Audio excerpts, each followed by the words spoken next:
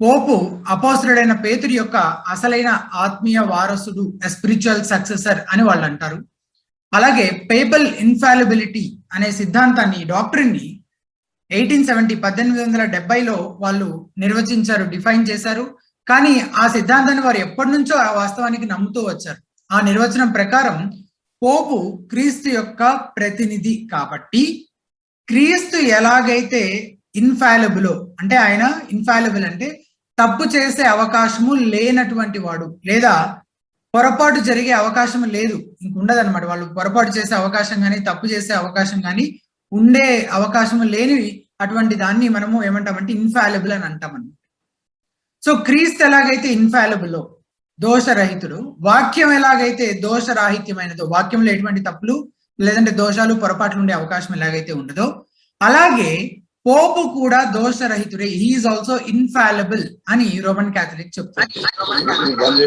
So మనం దీని గురించి ఈరోజు ఆలోచన చేయబోతున్నాము. అంత మాత్రమే కాదు, పేతురు యొక్క సక్సెసర్స్ ఈ పోపులు. పేతురు మొదటి పోపు, తర్వాతి వారసులే ఈ తర్వాత ఉన్న పోపులందరూను, అంటే పేతురు యొక్క వారసులు. ఈ పోపు యొక్క వారసత్వం వారు పేతురు నుంచి తీసుకున్నారు అనే దాని గురించి, ఈ రెండు అంశాల గురించి మనము ధ్యానించబోతూ ఉన్నాము.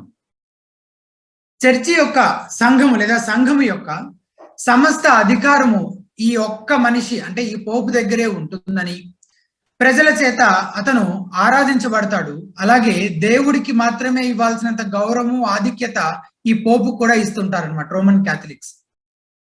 అతను ముందు ఇట్లా వంగి ఉంటారనమాట. పోపుని క్రీస్తే సంఘానికి శిరస్సుగాను ఆయనకు ప్రతినిధిగా నియమించాడు. ఎవరు? పోపుని క్రీస్తే నియమించాడని వాళ్ళు చెప్తారు. కానీ ఆ బోధ వాక్య విరుద్ధమైనది. వాక్యం ఏం చెప్తుందంటే కేవలం క్రీస్తు మాత్రమే సంఘానికి శిరస్సు అని చెప్తోంది. ఎఫెసీయులకు రాసిన పత్రిక 5వ అధ్యాయం 23వ వచనం ఒకసారి చూసినట్లయితే, క్రీస్తు సంఘమునకు శిరస్సు అయి ఉన్నలాగున పురుషుడు భార్యకు శిరస్సు అయి ఉన్నాడు, క్రీస్తే శరీరమునకు రక్షకుడై ఉన్నాడు అని చూస్తున్నాం. క్రీస్తు సంఘమునకు శిరస్సు అయి ఉన్నాడని ఇక్కడ వాక్యం చాలా స్పష్టంగా చెప్తుంది. కానీ సంఘానికి శిరస్సుగా దేవుడు క్రీస్తు పోపును నియమించాడు అని రోమన్ క్యాథలిక్ చర్చ్ చెప్తుంది. పోపును సంఘానికి శిరస్సు చేయడం అంటే చర్చిని ఒక 2 తలల మృగంలా చిత్రీకరించినట్లే అని అంటాడు థామస్ వాట్సన్ అనే దైవజనుడు. మళ్ళీ చెప్తున్నాను చూడండి, స్టేట్మెంట్ చాలా జాగ్రత్తగా అర్థం చేసుకునే ప్రయత్నం చేయండి. వాక్యమేమో క్రీస్తే సంఘానికి శిరస్సు అని చెప్తుంది. రోమన్ క్యాథలిక్ చర్చ్ ఏమో క్రీస్తు పోపును సంఘానికి శిరస్సుగా నియమించాడు అని చెప్తుంది. అయితే ఈ రెండింటి గురించి మనం ఆలోచన చేసినప్పుడు థామస్ వాట్సన్ అనే దైవజనుడు ఇలా అంటున్నాడు, ఏమని? పోపును సంఘానికి శిరస్సుగా చేయటం అంటే చర్చిని ఒక 2 తలల మృగంలా చిత్రీకరించినట్లే అని అంటాడు అనమాట ఆ దైవజనుడు. అంటే ఒక దేహము, ఒక శరీరము, ఒక శిరస్సు, ఒక మనిషి యొక్క అవయవాలు ఆకారం ఎలా ఉంటుందో అలా కాకుండా ఒక బీస్ట్ లాగా, అంటే ఎక్కువ తలలు ఉన్న ఒక మృగం లాగా చూపిస్తున్నట్లే. ఎందుకంటే వాక్యం ఒకలాగా చెప్తుంది, వాళ్ళు ఇంకొకటి యాడ్ చేస్తూ ఉన్నారు దానికి, లేదా వేరేలాగా చెప్తూ ఉన్నారు. కాబట్టి అప్పుడు 2 తలలు కదా, 2 శిరస్సులు కదా. దీని గురించి మనం ఆలోచన చేద్దాము. మొదటిగా మనం ఏం చూడబోతున్నామంటే examining historical testimonies of popes. పోపుల యొక్క వాళ్ళ జీవితాలు, వాళ్ళ విషయాల్లో ఏం జరుగుతూ వచ్చింది అని చరిత్రలోకి ఒకసారి వెళ్ళి కొన్ని సంగతులు మనం జ్ఞాపకం చేసుకునే ప్రయత్నం చేద్దాం. రాల్ఫ్ వుడ్రో అనే వ్యక్తి పోపులు చేసిన వ్యాఖ్యలు, వాళ్ళు చేసిన స్టేట్మెంట్స్, వాళ్ళు చేసిన తీర్మానాల గురించి చరిత్ర ఏం చెప్తుందో మనకు తెలియజేస్తూ ఈ పేపల్ ఇన్ఫాలిబిలిటీ అనే సిద్ధాంతాన్ని తన వాదనతో కొట్టిపారేస్తాడు మొత్తానికి. అయితే ఆయన వాదనలో ఆయన లేవనెత్తిన కొన్ని వందల కాంట్రడిక్షన్స్ లో కొన్నింటిని నేను మీకు ఇప్పుడు జ్ఞాపకం చేస్తాను. మొదటిది, పోప్ హొనోరియస్ I అనే పోపు చనిపోయిన తర్వాత, ఈ వ్యక్తి చనిపోయిన తర్వాత 6th కౌన్సిల్లో 680వ సంవత్సరంలో ఈ హొనోరియస్ అనే పోపుని ఒక హెరటిక్ అంటే ఒక అబద్ధ బోధకుడు అని ప్రకటించారు. ఒక కౌన్సిల్లో ఈ పోపునే, హొనోరియస్ అనే పోపునే హెరటిక్ అంటే అబద్ధ బోధకుడు అని ప్రకటించారు. ఆ తర్వాత పోప్ లియో అనే పోపు కూడా ఇలా అతన్ని ఖండించడాన్ని సమర్థించాడు. ఒకవేళ పోపులు ఇన్ఫాలబుల్ అంటే దోషరహితులు, తప్పు చేసే అవకాశము వీరు లేనటువంటి వారు అయితే యేసుక్రీస్తులాగా, వాక్యంలాగా, పరిశుద్ధ లేఖనాల్లాగా ఒకరినొకరు ఖండించడము, తీర్పు తీర్చుకోవాల్సిన అవసరం ఏముంటుంది? ఇలాంటి ఎవిడెన్సెస్ ఎన్నున్నాయి? వందల్లో ఉన్నాయి. అలాగే పోప్ విజిలియస్ కొన్ని పుస్తకాల గురించి మాట్లాడుతూ ఆయన ఏమన్నారంటే వాటిని ఖండించారు ఒక టైంలో. తర్వాత వాటిని లేదు అవి మంచివే అని అంటారు. ఆ తర్వాత మళ్ళీ వాటిని ఖండిస్తూ ఉంటారు కొంత టైం తర్వాత. చాలా ఇన్కన్సిస్టెంట్ గా ఉంటారనమాట ఈ పోప్ విజిలియస్ అనే ఆయన. అలాగే పోప్ యూజీనియస్ III రచించిన డ్యూలింగ్ అనే పుస్తకాన్ని ఆ తర్వాతి Pope Julius II and Pope pious IV వీళ్ళిద్దరు ఏం చేశారంటే ఆయన రాసిన ఆ పుస్తకాన్ని కంప్లీట్ గా తృణీకరించారు. అది తప్పు అని చెప్పారనమాట. 11వ శతాబ్దపు కాలంలో ఒక ముగ్గురు పోపులు ఉన్నారు. ఆ ముగ్గురికి ఒకరంటే ఒకరికి అసలు పడేదే కాదు. ఆ తర్వాతి కాలంలో కూడా క్లెమెంట్ IIIకి, విక్టర్ IIIకి చాలా గొడవలు అయ్యేవి అని చరిత్ర చెప్తుంది. ఇలా కొట్టుకునేవారు ఎలా ఇన్ఫాలిబుల్ అవుతారు? ఇలాంటి ఉదాహరణలు కోకొల్లలు ఉన్నాయన్నమాట చరిత్రలో మనం చూస్తే కనుక. ఇటువంటి పోపులు ఇన్ఫాలిబుల్ అని లేదా తప్పు చేసే అవకాశం లేదని ఎలా చెప్తాం మనం? అది మొదటిగా మనం చూసిన విషయం. ఇక రెండవది కంపేరింగ్ పోప్ విత్ క్రైస్ట్. క్రీస్తుకు ప్రతినిధిగా ఈయన ఉన్నాడు, క్రీస్తే ఈయన్ని తనకు ప్రతినిధిగా నియమించాడు అని రోమన్ క్యాథలిక్ చెప్తుంది కదా. ఒకసారి పోపుని యేసు ప్రభువుని కంపేర్ చేసే ప్రయత్నం చేద్దాం. పోపు క్రీస్తుని ప్రతినిధి అని, క్రీస్తుకు ప్రతినిధి అని అంటారు కాబట్టి ఇప్పుడు పోపుని క్రీస్తుని కంపేర్ చేసి చూసే ప్రయత్నం చేద్దాం ఒకసారి. కొన్ని లక్షల డాలర్ల ఖరీదు చేసే కిరీటాన్ని ధరించుకుంటాడు పోపు. లక్షల డాలర్లు ఖరీదు చేస్తుంది పోపు ఇప్పుడు ధరించుకునే కిరీటం. యేసు ప్రభువు గురించి వాక్యం ఏం చెప్తుందంటే ఆయన ముళ్ళ కిరీటాన్ని ధరించుకున్నాడు అని చెప్తుంది. ఆయనకి ముళ్ళ కిరీటం పెట్టబడింది. అలాగే పోపు గురించి చూస్తే ఈ భూమి మీద ఉన్న రాజ్యాలన్నింటికీ శిరస్సుగా దేవుడు లేదా క్రీస్తును నియమించాడని చెప్పుకుంటాడు పోపు. అయితే యోహాను 18:36 ప్రకారం యేసు ప్రభువు ఏమంటున్నారంటే నా రాజ్యం ఈ లోక సంబంధమైనది కాదు అని అంటున్నారు.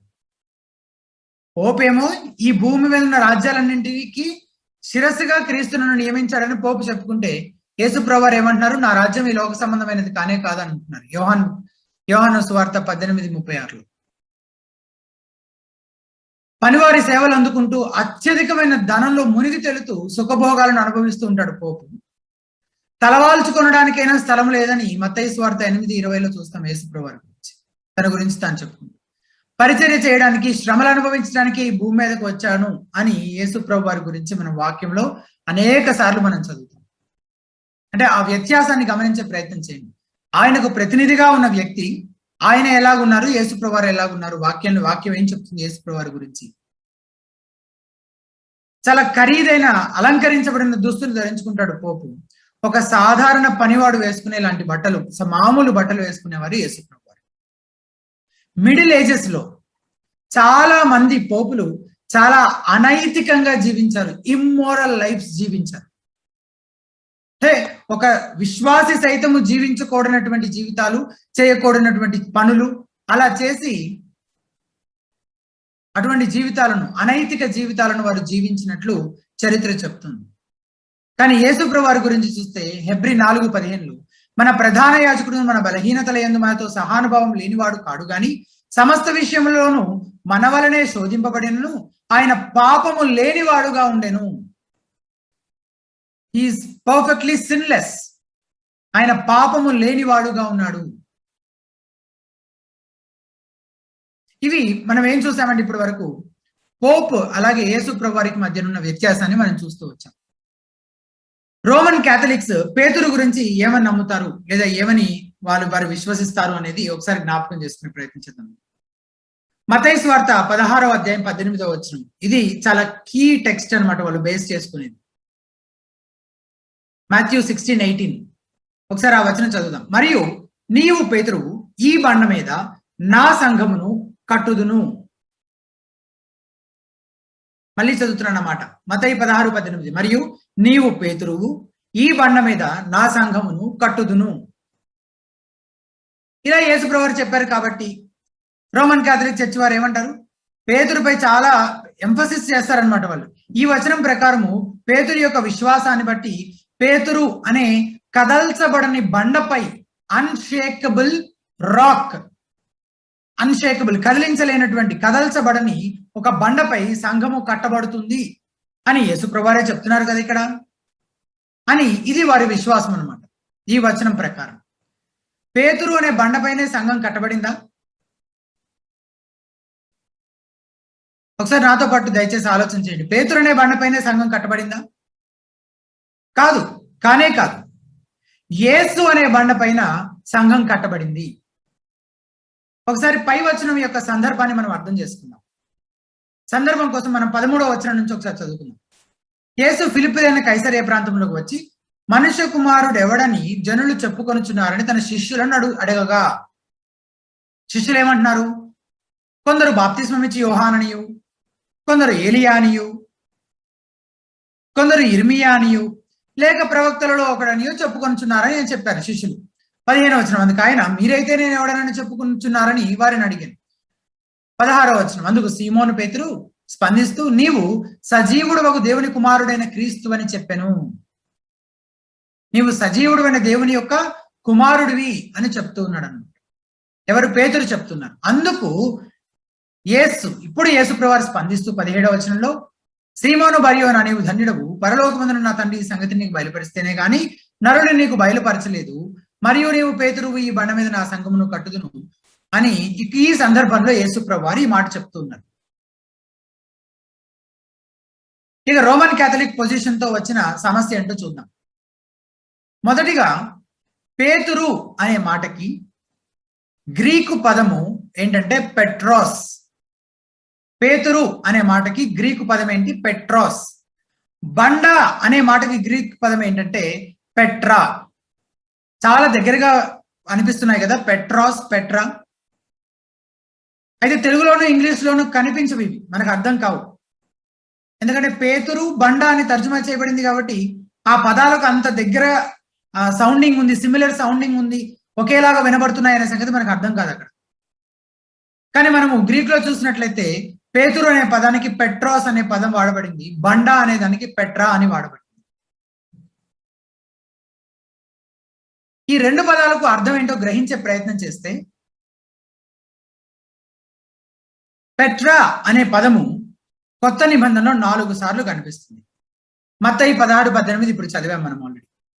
మత్తయి 27:60 చూస్తే తాను రాతిలో తొలిపించుకొనిన క్రొత్త సమాధిలో దాని నుంచి సమాధి ద్వారమునకు పెద్ద రాయి పొర్లించి వెళ్ళిపోయాను. ఇక్కడ పెద్ద రాయి అనే మాటతో ఆ పెట్రా అనే పదం తర్జుమా చేయబడింది. 1 కొరింథీ 10:4 చూస్తే అందరూ ఆత్మ సంబంధమైన ఒకే పానీయమును పానము చేసిరి, ఏలైనగా తమ్మును వెంబడించిన ఆత్మ సంబంధమైన బండలోనిది త్రాగిరి, ఆ బండ క్రీస్తే అని చదువుతున్నాం. ఇక్కడ బండ అని తర్జుమా చేయబడింది. ఇందాకేమో పెద్ద రాయి అని చూసాము, ఇక్కడేమో బండ అని చూస్తూ ఉన్నాం. 1 పేతురు 2:8 చూస్తే విశ్వసించుచున్న మీకు ఆయన అమూల్యమైన వాడు, విశ్వసింపని వారికైతే ఇల్లు కట్టువారు ఏ రాతిని నిషేధించిరో అదే మూలకు తలరాయి ఆయను, మరియు అది అడ్డు రాయియు అడ్డు బండయు ఆయను. బండ అని ఇక్కడ కూడా తర్జుమా చేయబట్టు మనం చూస్తాం. మనం ముందుగానే చదివిన వచనంలో కాకుండా మిగిలిన 3 వచనాల ప్రకారం బండ అంటే అర్థము కదల్చబడని పెద్ద బండ అనే అర్థం. కొన్నిసార్లు క్రీస్తుని సూచిస్తూ కూడా ఆ పదము వాడబడినట్లు మనం చూస్తూ వచ్చాం. ఆ బండ క్రీస్తే అని చదివాం కదా ఇప్పుడు. ఆ చివరి వచనం అంటే 1 పేతురు 2:8 పేతురే యేసు ప్రభువును ఉద్దేశించి మాట్లాడుతూ బండ అనే పదం వాడడం జరిగింది.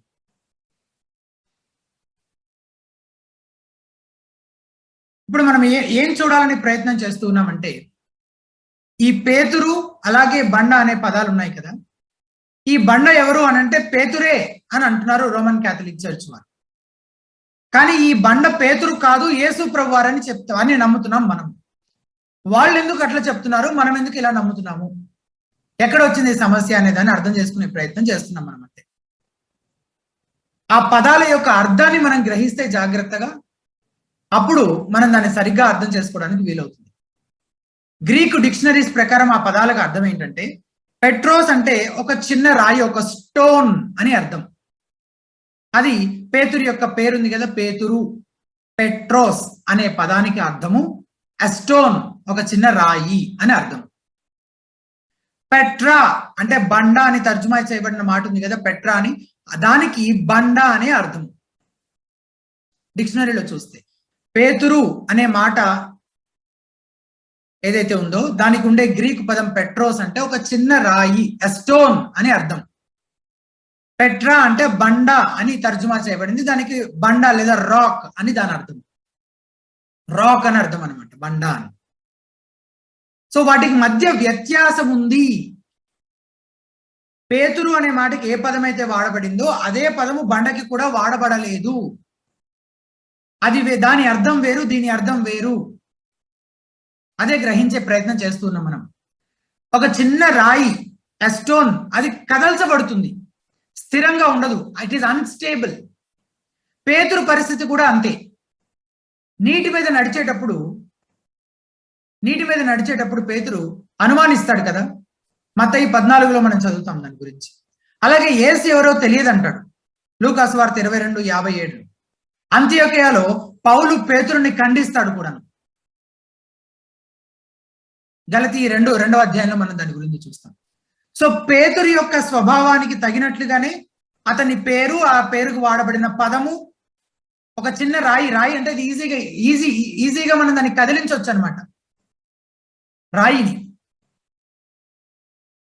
అదే బండను కదిలించగలమా? పెద్ద రాయిని మనం ఈజీగా కదిలించగలమా? కదిలించలేము. సో చిన్న రాయికి పెద్ద బండకి అంత తేడా ఉందన్నమాట. తేలిగ్గా కదల్చబడే రాయి గురించి ఏదైతే పదం వాడబడిందో అది పేతురు. కదిలించబడలేని పెద్ద బండ అని చెప్పడానికి ఏ పదం అయితే వాడబడిందో అది 2వ పదము, బండ అని మనం చదువుతున్నాం. పేతురు యొక్క మనసు ఎరిగిన యేసు ప్రభువారు పేతురు అనే ఊరికినే కదిలించబడే చిన్న రాయిపై తన సంఘాన్ని కడతానని చెప్పడం లేదు, కానీ కదల్చబడినటువంటి బండపై తన సంఘాన్ని కడతాను అని చెప్తున్నాడు. ఆ బండ మరెవరో కాదు, యేసు క్రీస్తే. ఒకసారి నన్ను ఒకసారి జాగ్రత్తగా గమనించండి. యేసుప్రభువారు ఏం చెప్తున్నారు? నీవు పేతురు, ఈ బండపై అని చెప్తున్నారు యేసుప్రభువారు. ఏమని చెప్తున్నారు ఒకసారి చూడండి. నీవు పేతురువు, పేతురుతో మాట్లాడుతున్న నీవు పేతురువు, ఈ బండపై అని చెప్తున్నారు అనమాట.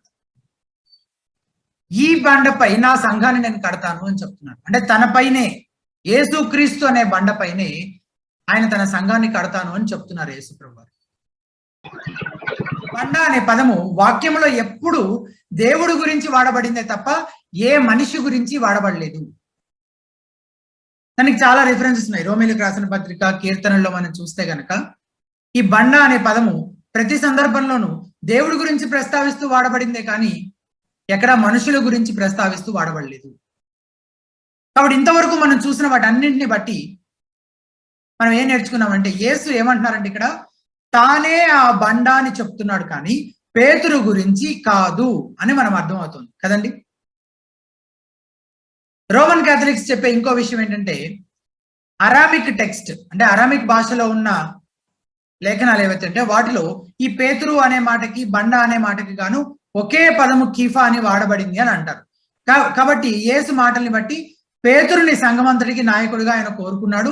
కాబట్టి ఈ పేతురు అనే బండ పైన క్రీస్తు రాజ్యం కట్టబడుతుంది, పేతురే క్రీస్తుకు ప్రతినిధి అని చెప్తారు. దేన్ని ఆధారం చేసుకొని? అరామిక్ భాషలో ఉన్న పత్రాలను ఆధారం చేసుకొని చెప్తారు. అక్కడ మాత్రం ఈ పేతురు, బండ అనే ఈ 2 మాటలకి ఒకే పదం వాడబడింది. గ్రీకులో లాగా 2 వేర్వేరు పదాలు లేవు, ఒకే పదం వాడబడింది. కాబట్టి యేసు ప్రభువారు ఆ బండ అంటుంది పేతురునే అని చెప్పే ప్రయత్నం చేస్తారు రోమన్ క్యాథలిక్ చర్చ్. కానీ ఇక్కడ సమస్య ఏంటంటే వాళ్ళు ఏ అరామిక్ టెక్స్ట్ గురించి అయితే మాట్లాడుతున్నారో అది మన దగ్గర లేదు ఇప్పుడు. కాబట్టి అలా లేని దాన్ని ఆధారంగా చూపించి వాళ్ళు తమ పొజిషన్ సరి అయినదే అని నిరూపించుకునే ప్రయత్నం చేస్తున్నారు. అయితే మనల్ని మనము ప్రశ్నించుకోవాల్సింది ఏంటంటే మన దగ్గర ఉన్న గ్రీక్ టెక్స్ట్ ని విడిచిపెట్టేసి మోర్ రిలయబుల్ దాన్ని వదిలిపెట్టేసి ఎందుకు Roman Catholic church Aramaic text ని పట్టుకొని వేలాడుతుంది? అంటే బహుశా అంటే కేవలము అదొక్క చోటే కాదు, మిగిలిన లేఖనాల్లో కూడా మనం చూస్తూ వచ్చాం కదా. పేతురే స్వయంగా యేసు ప్రభువారి గురించి మాట్లాడుతూ బండ అని సంబోధించినట్లుగా చూసాము. వేరు వేరు రిఫరెన్సెస్ లో కూడా బైబిల్లో కూడా మనం చూసినట్లయితే ఈ పదము దేవుడి గురించి మాత్రమే వాడబడినట్లు చాలా సందర్భాల్లో చూస్తాము. ఇవన్నీ చూసి ఇంత ఎవిడెన్స్ ఉన్నప్పటికీ, ఇంత క్లియర్ ఎవిడెన్స్ ఉన్నప్పటికీ రోమన్ క్యాథలిక్ చర్చ్ దీన్ని పట్టుకునే ఎందుకు వేలాడుతుంది, అరామిక్ టెక్స్ట్ అని అంటుంది. కానీ అది మన దగ్గర లేదు, మనం క్రాస్ చెక్ చేసుకోవడానికి వీలు లేదు, ఇప్పుడు అవకాశం లేకుండా ఉందన్నమాట. అలా లేని ఆధారం చూపించి ఏదో నిరూపించుకునే ప్రయత్నం చేస్తుంది. ఎందుకు అని మనం ఒకవేళ ఆలోచన చేస్తే బహుశా గ్రీక్ లో వారు చెప్తున్నది ఏది లేదని తేలిపోతుంది గ్రీక్ ని బేస్ చేసుకుంటే. అందుకేమైనా అయ్యుండొచ్చేమో. లేదా మన దగ్గర లేని వాటిని కోట్ చేసామనుకోండి, ఎవిడెన్స్ మళ్ళీ క్రాస్ చెక్ చేసుకోవడానికి వీలు లేకుండా ఉండేది కోట్ చేసామనుకోండి, ఇక సమస్య ఉండదు కదా. కల్స్ యొక్క నేచర్ గురించి మనం మాట్లాడుకుంటూ కూడా ఇది చెప్పుకున్నాం కదా ఒక మాట. రాత్రి నా కల్లో దర్శనం వచ్చి దూత ప్రత్యక్షమే ఇట్లా చెప్పారని చెప్తారు. దాన్ని ఎట్లా మనము నిర్ధారించుకుంటాం అది నిజమో కాదు తెలియదు. సో మనం అట్లా నిర్ధారించుకోలేని వాటిని ఆధారాలుగా చూపిస్తూ ఉంటారనమాట.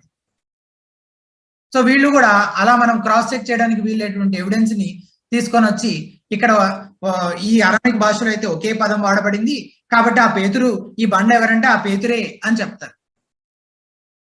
కానీ అది వాస్తవం కాదు. కాబట్టి వాక్యం బోధించే సత్యం ఏంటంటే యేసు మాత్రమే నిజమైన ఏకైక పునాది. Is the only true foundation.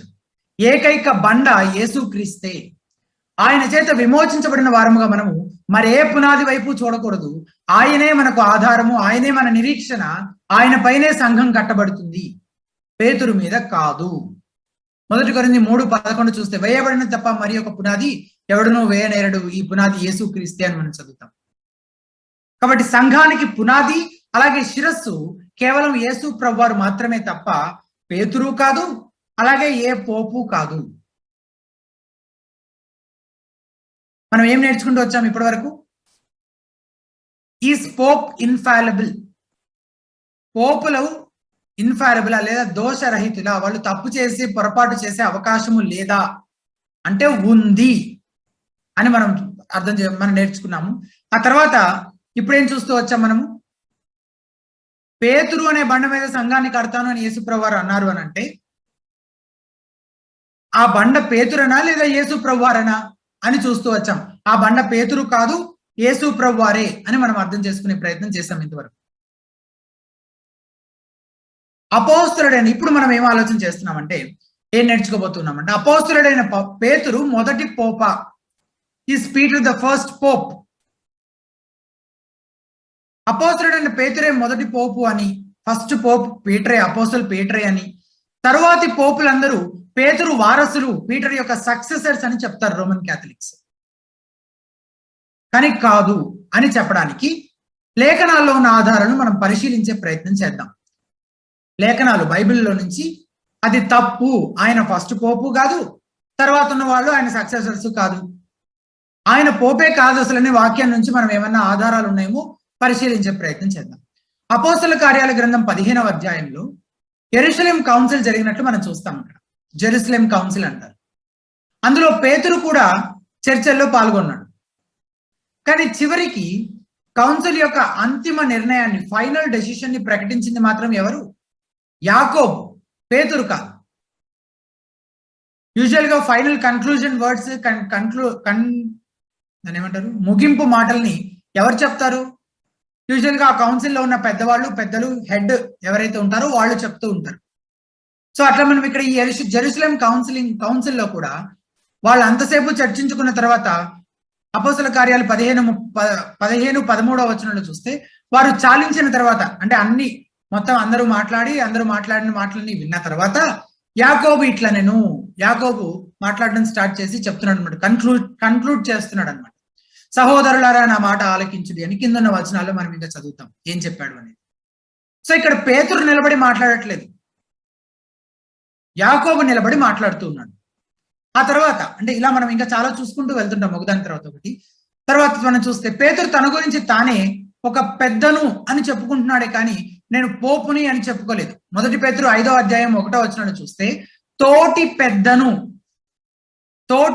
Co elder, క్రీస్తు శ్రమలను గురించిన సాక్షిని, బయలుపరచబడబోవు మహిమలో పాలివాడనునైనా నేను మీలో పెద్దలను హెచ్చరించుచున్నాను. నేను తోటి పెద్దనయ్యుండి నేను మీలో ఉన్న పెద్దలను హెచ్చరించుచున్నాను అని చెప్తున్నాడు.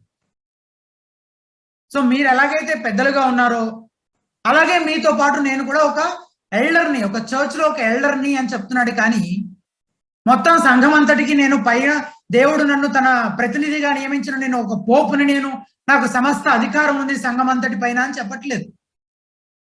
అలా చెప్తున్నాడు ఇక్కడ. లేదు, మీరు ఎట్లాగా పెద్దలో నేను కూడా మీకు లాగానే ఒక సంఘ పెద్దని, తోటి పెద్దను అని చెప్పుకుంటున్నాడు పేతురు తన గురించి తాను. మిగతా అపోస్తలులు కూడా పేతురుని గొప్పగా ఏమీ పరిగణించలేదు. పైపెచ్చు అతని వాక్యం బోధించమని సమరయ పంపారనమాట. గొప్పగా ఏమి చూడకపోగా అందరితో పాటు సమానంగానే చూస్తూ వాక్యం బోధించమని ఒక పని అప్పచెప్పి పంపించారు సమరయకి.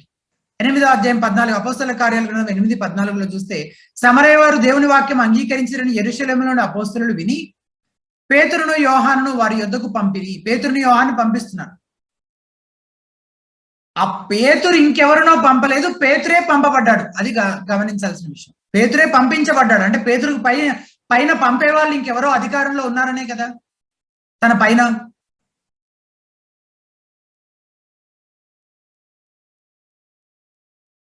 అపోస్తలుడైన పౌలు కూడా పేతురుని అతి ముఖ్యమైన వాడిగా ఏమీ పరిగణించలేదు. అంతే, ఏదో అందరు అపోస్తలుల కంటే ఏదో ఇంకా ఎక్కువ ఆధిక్యత కలిగిన వాడను, ఇంకా ప్రాముఖ్యమ ఏదో సమ్ ఇంపార్టెంట్ పర్సన్ గాను అలా ఏమీ పౌలు పరిగణించలేదు అని మన వాక్యంలో నుంచి మనం అర్థం చేసుకోవచ్చు. పౌలు పేతురు గురించి ప్రస్తావించినప్పుడు అతనికి గొప్ప బిరుదులు ఏమి, టైటిల్స్ ఏమీ ఇవ్వలేదు. ఏదో ఉన్నతమైన వాడిని సంబోధిస్తున్నట్లుగా కూడా సంబోధించలేదు. అపోస్తలులందరికంటే పేతురు ఏదో అత్యధికమైన ఆధిక్యత కలిగిన వాడని ఎక్కడా చెప్పలేదు. క్రీస్తు ప్రతినిధి అని అసలే అనలేదు. పౌలు ఏమని బోధించాడంటే, ఎవరైనా ఇలా గుంపులు కట్టి గ్రూప్స్గా గుంపులుగా పోగయి మేము ఫలానా వాళ్ళకు చెందిన వాళ్ళము అని అనే వాళ్ళు తప్పు చేస్తున్నట్లు వాళ్ళని మందలిస్తూ ఉంటాడు అనమాట. కొరింథీయులకు రాసిన మొదటి పత్రికలో క్రీస్తు మాత్రమే సంఘానికి శిరస్సు అని చెప్తాడు. 1 కొరింథీ 1:12-13 వచనాలు చూస్తే, 1వ అధ్యాయము 12-13 వచనాలు. మీలో ఒకడు నేను పౌలు వాడను, ఒకడు నేను అపోల్లో వాడను, మరి ఒకడు నేను కేఫా వాడను, ఇంకొకడు నేను క్రీస్తు వాడను అని చెప్పుకొనిచున్నారని నా తాత్పర్యము. క్రీస్తు విభజింపబడి ఉన్నాడా?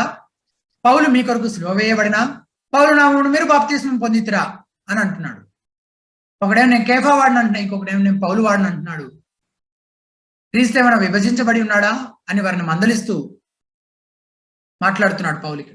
అలాగే 3వ అధ్యాయం 22వ వచనం చూస్తే 21-22, కాబట్టి ఎవడును మనుష్యులేంది అతిశయింపకూడదు, సమస్తమును మీవి, పౌలైనను అపోలోయనను కేఫాయనను లోకమైనను జీవమైనను మరణమైనను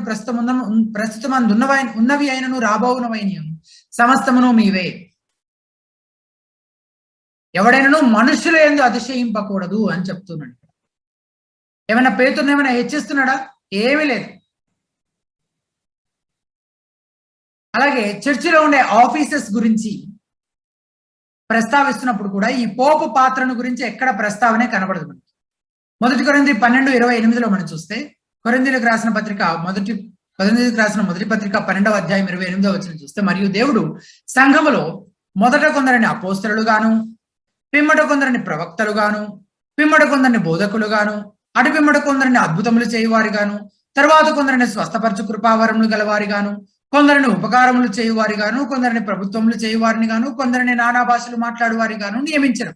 ఎఫెసీ 4:11 చూస్తే, పరిశుద్ధులు సంపూర్ణులగునట్టు క్రీస్తు శరీరం క్షేమాభివృద్ధి చెందినట్లు పరిచర్య ధర్మం జరిగించుటకును ఆయన కొందరిని అపోస్తలుగాను, కొందరిని ప్రవక్తలుగాను, కొందరిని సువార్థికులుగాను, కొందరిని కాపరులుగాను, ఉపదేశకులుగాను, కొందరిని పోపులుగాను నియమించను అని చదువుతున్నాం మనం అక్కడ. అలా కూడా ఉందా మీ బైబిల్స్ లో? కొందరిని పోపులుగాను నియమించడం ఉందా మీ బైబిల్స్ లో? లేదు కదా. సో అలాంటి ఒక ఆఫీస్ ఏదైతే ఉందో, రోల్, ఒక పాత్ర ఏదైతే ఉందో సంఘములో, అటువంటిది ఏమి వాక్యం ఎక్కడా ప్రస్తావించడం లేదు. మొత్తం ఈ భూమి మీద ఉన్న సంఘం అంతటికి పైన అధికారిగా, క్రీస్తుకి ప్రతినిధిగా, క్రీస్తే సంఘానికి శిరస్సుగా ఇంకెవ్వరినీ ఉంచలేదు. ఆయన మాత్రమే ఈ సంఘానికి శిరస్సు అయి ఉన్నాడు. అలాంటి ఒక ఆఫీస్ గురించి బైబిల్లో ఎక్కడా ప్రస్తావించబడలేదు. అపోస్తలుల్లో నేనేమీ తక్కువ వాడను కాను అని పౌలు చెప్పిన సందర్భం ఒకటి కొరింథీయులకు రాసిన 2వ పత్రిక 12వ అధ్యాయం 11-12 వచనాల్లో చదువుతాం. నేను అవివేకినైతిని, మీరే నన్ను బలవంతం చేస్తురి, నేను మీ చేత మెప్పు పొందవలసిన వాడును. ఎలయనగా నేను ఏమాత్రపు వాడును కాకపోయినను మిక్కిలి శ్రేష్ఠులైన ఈ అపోస్తలుల కంటే నేను ఏ విషయంలోనూ తక్కువ వాడను కాను. ఏ రకంగా చూసినా నేను ఈ శ్రేష్టమైన అపోస్తలులు అందరికంటే నేను ఎట్లా చూసినా తక్కువ ఏమీ కాదు అని చెప్తున్నాడు అనమాట. అంతేగాని నేను పేతురు కంటే తక్కువ వాడిని, పేతురుని దేవుడు శిరస్సుగా నియమించాడు, ఆయనే మొదటి పోపు అని చెప్తున్నాడు పౌలు. లేదు, మిగిలిన వాళ్ళందరికంటే నేనేమాత్రం తక్కువ వాడిని కానంటే అందరూ సమానమే, అపోస్తలులు అందరూ సమానమే, పేతురేమీ ఎక్కువ వాడేమీ కాదు. పౌలు పేతురుని పోపుగా పరిగణించకపోగా పేతురు యూదులకు ఎంతనో తాను అన్ని జనులకు అంత అని చెప్పాడనమాట ఒక సందర్భంలో. కాబట్టి పౌలు రోజుల్లో అసలు అలాంటి ఒక ఆఫీసే లేదు, దాని గురించిన ప్రస్తావనే లేదు. గలతీ రెండవ అధ్యాయము 7-8 వచనాలు చూస్తే, అయితే సున్నతి పొందిన వారికి బోధించుటకై సువార్త పేతురుకి ఎలాగ అప్పగించబడినో అలాగూ సున్నతి పొందని వారికి బోధించుటకై నాకు అప్పగించను. అంటే అతను ఏం పరిచర్య చేస్తున్నాడో నేను అదే పరిచర్య చేస్తున్నాను. ఒక గుంపు వారికి సువార్త ప్రకటించడం అతను నియమించబడితే మరో గుంపు వారికి సువార్త ప్రకటించడం కోసం నేను నియమించబడ్డాను. పేతురు ఏదో గొప్పవాడు అన్నట్టు కాకుండా పౌలు పేతురుని ఏం చేస్తాడు ఒక సందర్భంలో ఖండించడం కూడా మనం చూస్తాం. గలతీ 2:11 అయితే కేఫా అంతియోకియాకు వచ్చినప్పుడు అతడు అపరాధిగా తీర్చబడెను. ఎవరు? పేతురే అపరాధిగా తీర్చబడెను. పేతురే అపరాధిగా తీర్చబడ్డాడంటే తర్వాత పోపులందరూ వాళ్ళ ఇన్ఫాలిబుల్ నేచర్ గురించి ఎందుకు అసలు ఈ ప్రస్తావన అంతా? ఫస్ట్ పోప్ ఎవరు? పేతురు. మొదటి పోపే అపరాధిగా తీర్చబడ్డాడు కదా ఒకానొక సందర్భంలో. ఇక ఆ పేపల్ ఇన్ఫాలిబిలిటీ అనే డాక్టర్ని అసలు దానికి ఏమన్నా బేస్ ఉందా, ఆధారం ఉందా వాక్యంలో? మొట్టమొదటి పోపే అపరాధిగా తీర్చబడి మందలించబడ్డాడు కదా పౌలు చేత. సో వాక్యంలో అసలు ఎక్కడ ఏ రకంగానూ ఆధారమే లేనటువంటి వాటి మీద కట్టబడింది ఈ పేపల్ ఇన్ఫాలిబిలిటీ అనే డాక్టరీన్. అండ్ పేతురు కూడా పోపు కానే కాదు అనే వాక్యంలో నుంచి ఇప్పుడు మనం ఆధారాలు చూస్తూ ఉన్నాం. అపరాధిగా తీర్చబడిన కనుక నేను ముఖాముఖిగా అతన్ని ఎదిరించి తిని అని చెప్తున్నాడు ఇక్కడ పౌలు మాట్లాడుతూ చెప్తున్న మాటలు ఇవన్నీ. కాబట్టి పేతురే అంత అధికమైన ఆధిక్యత కలిగిన వాడు అయితే అపోస్తలులు అతన్ని అలా గుర్తించి ప్రధానుడిని గౌరవించి వారి రచనల్లో అతని గురించి ఆ రీతిన ప్రస్తావించి ఉండాలి కదా. కానీ సువార్తల్లో, అపోస్తల కార్యాల గ్రంథంలో, పత్రికల్లో, అలాగే ప్రకటన గ్రంథంలో ఎక్కడ ఇటువంటి ప్రస్తావనే కనబడదు. పోపు గురించి కానీ లేదా పోపు వారసత్వం తర్వాత ఇంకెవరో వాళ్ళ సక్సెసెస్ ఉన్నారనే కానీ వాళ్ళు ఇన్ఫాలిబుల్ అనే కానీ దాని గురించిన ప్రస్తావన మనకి ఎక్కడ కనిపించదు. ఇది ఈ సంగతులు మనం ఈరోజు నేర్చుకున్నాం. ఏమేమి నేర్చుకున్నాము? పేపల్ ఇన్ఫాలిబిలిటీ గురించి నేర్చుకున్నాము. పోపు దోషరహితుడు అని అనడానికి వీల్లేదు అని చూస్తూ వచ్చాము. దానికి చరిత్రలో నుంచి ఆధారాలు చూసాము. అలాగే మరికొన్ని సంగతులు వాక్యంలో నుంచి కూడా మనం జ్ఞాపకం చేసుకున్నాము. తర్వాత పేతురు అనే బండ మీద నీవు పేతురువు, ఈ బండపై నేను నా సంఘమును కట్టుదని యేసుప్రభువారు చెప్పినప్పుడు ఆ బండ పేతురు కాదు, యేసుప్రభువారు తనను తాను సూచిస్తూనే ఆ బండ అనే పదాన్ని ఒకటి వాడారు. తేలికగా కదిలిపోయేటువంటి చిన్న రాయి మీద కాదు దేవుడు తన సంఘాన్ని కడతానని చెప్పింది, కానీ కదల్చబడినటువంటి బండ ఆయన యేసు ప్రభువారు ఎవరైతే ఉన్నారో ఆయన మీదే తన సంఘాన్ని కడతాను అని యేసు ప్రభువారు చెప్తూ ఉన్నారు. ఆ సంగతిని మనము అర్థం చేసుకునే ప్రయత్నం చేశాము. ఆ తర్వాత మొదటి పోపు పేతురు అని చెప్పే ప్రయత్నం చేస్తుంది రోమన్ క్యాథలిక్ చర్చ్. కానీ అటువంటి ఆఫీస్ ఏది బైబిల్లో లేదని, అటువంటి రోల్ ఏది బైబిల్లో ఎక్కడా ప్రస్తావించబడలేదని, ఎవరు అలా ఒక మనిషి ఎప్పుడు అట్లా హెచ్చించబడి క్రీస్తుకి ప్రతినిధిగా, క్రీస్తు సంఘానికి శిరస్సుగా క్రీస్తే నియమించిన వ్యక్తి అంటూ ఎవరూ లేరు. ఆయన మాత్రమే ఈ సంఘానికి శిరస్సు అయి ఉన్నాడని, ఆయన క్రీస్తు అనే బండ మీద మాత్రమే ఆయన తన సంఘాన్ని కడుతూ ఉన్నాడు, ఆయన మాత్రమే ఏకైక నిజమైన పునాది అయి ఉన్నాడు ఈ సంఘానికి అనే సంగతులు మనము నేర్చుకోవడం జరిగింది. అయితే రానున్న వారాల్లో మనం ఏం నేర్చుకోబోతున్నామంటే, వచ్చే వారము ద చర్చ్ అండ్ సాల్వేషన్, సంఘం గురించి అలాగే రక్షణ గురించి, రోమన్ క్యాథలిక్ చర్చ్ ఎలాగా తప్పిపోయింది, వాక్య భిన్నమైన విషయాలను బోధిస్తూ విశ్వసిస్తూ ఎలాగ వాక్యానికి దూరంగా వెళ్ళిపోయింది అనేది మనం ఆలోచన చేస్తాం. అందులో ముఖ్యంగా జస్టిఫికేషన్ బై ఫెయిత్, విశ్వాసము ద్వారా నీతిమంతులుగా తీర్చబడుట అనే సిద్ధాంతం విషయము చాలా అతి ప్రాముఖ్యమైనది. దాని గురించి మనం జ్ఞాపకం చేసుకుంటాం, దాని గురించి మనం నేర్చుకుంటాము, క్షుణ్ణంగా పరిశీలిస్తాం వచ్చే వారము. ఆ తర్వాతి వారము కొన్ని చిన్న చిన్న అంశాలు ఉన్నాయి. నేను మొదటి వారం మీకు జ్ఞాపకం చేసినట్లుగా సాక్రమెంట్స్ గురించి, అలాగే బల్ల తీసుకునేటప్పుడు బల్ల తీసుకునే విషయంలో బల్ల అనే దాని గురించి, లార్డ్స్ టేబుల్ గురించి, వాళ్ళు ఏం నమ్ముతున్నారు, మనం ఏం నమ్ముతున్నాం, వాక్యం ఏం చెప్తుంది అనే దాని గురించి, పెనెన్స్ అనే దాని గురించి, పర్గటరీ అనే దాని గురించి, అలాగే పరిశుద్ధులు ఆ పరిశుద్ధులకు ప్రార్థన చేయడము, ఈ సంగతులన్నీ చిన్న చిన్న అంశాలు మనం ఆ పైవారం ధ్యానిస్తాము. చివరిగా వర్జిన్ మేరీ, కన్యకైన మరియ గురించి వాళ్ళు ఏం నమ్ముతూ ఉన్నారు, దానికి భిన్నంగా వాక్యం ఏం బోధిస్తుంది, ఈ సంగతులను మనము ఏం చేస్తాము, ఒక పక్క ఆయా సంఘాలు లేదా కల్ట్ గ్రూప్స్ ఏం బోధిస్తున్నాయి, ఏం విశ్వసిస్తూ ఉన్నాయని జ్ఞాపకం చేసుకుంటూ, అవి ఎలాగ తప్పు అనేది వాక్యంలో నుంచి కూడా చూసి నేర్చుకునే ప్రయత్నం చేస్తాం. తద్వారా మనల్ని మనం ఏం చేస్తాము, ముందు మనం నేర్చుకుంటాము, మనం ఎక్కడ తొట్టిల్లిపోకుండా మన విశ్వాసంలో మనము స్థిరంగా నిలబడి మన విశ్వాస యాత్రను మనం కొనసాగించే దానికి వీలవుతుంది. తర్వాత మన పిల్లలకి, మన తర్వాతి తరానికి, మన చుట్టూ ఉండే తోటి సహోదర సహోదరులకి, అలాగే ఈ కల్ట్ ఆర్గనైజేషన్స్ లో, చర్చిల్లో, డినామినేషన్స్ లో పట్టబడిన వారు ఎవరైతే ఉన్నారో వారిని మిషన్ ఫీల్డ్ గా పరిగణించి వారిని బయటకు తీసుకురావాలని ప్రయత్నించే వారు తమని తాము ఎక్విప్ చేసుకోవడానికి ఈ సంగతులన్నీ ఉపయోగపడే రీతిన మనం వాక్యాన్ని ఎక్కడికక్కడ ఆధారం చేసుకొని క్షుణ్ణంగా మనము ఏది సరి అయిన బోధ, ఏది సరి అయినది కాదు, ఏది వాక్యానుసారమైనది, ఏది వాక్యానుసారమైనది కాదు అని నేర్చుకునే ప్రయత్నం చేస్తూ ఉన్నాం. ఇంతవరకు ఈ సిరీస్ అంతటిని ఆశీర్వాదకరంగా దేవుడు మనందరికీ చేసినందుకు మరొకసారి దేవుణ్ణి స్తుతిస్తూ ఇంతటితో నేను ముగిస్తూ ఉన్నాను. Over to